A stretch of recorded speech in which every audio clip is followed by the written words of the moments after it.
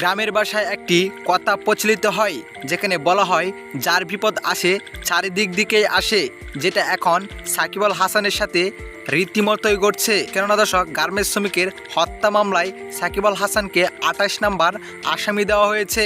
তবে এবার যেন আরও বিপদ নেমে এসেছে সাকিব আল হাসানের উপর, যেখানে বাংলাদেশ ও পাকিস্তানের টেস্ট চলাকালীন রেজওয়ানকে বল ছুঁড়ে মেরেছিলেন সাকিব আল হাসান।